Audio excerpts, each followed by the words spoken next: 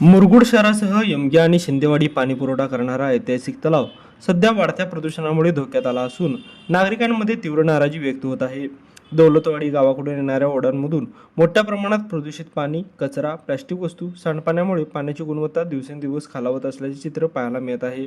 त्यामुळे तलावाच्या पाण्यावर शेवाळाचे साम्राज्य पसरले आहे. तसेच तलावापेक्षा पाण्याला मोठ्या प्रमाणात दुर्गंधी पसरली असून नागरिकांचे आरोग्य धोक्यात आले आहे.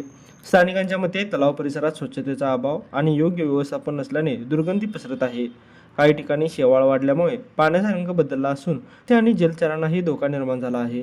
प्रशासनाने नियमित स्वच्छता मोहीम राबवावी अशी मागणी केली आहे. मुरगुड शिवभक्तांच्या वतीने या तलावाची स्वच्छता करण्यात येते, मात्र सध्या रस्त्याचे काम सुरू असल्यामुळे यामध्ये खंड पडला आहे.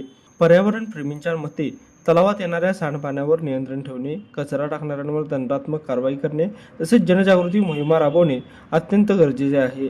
लाईव्ह मराठीसाठी मुरगुडहून सर्जेराव भाट.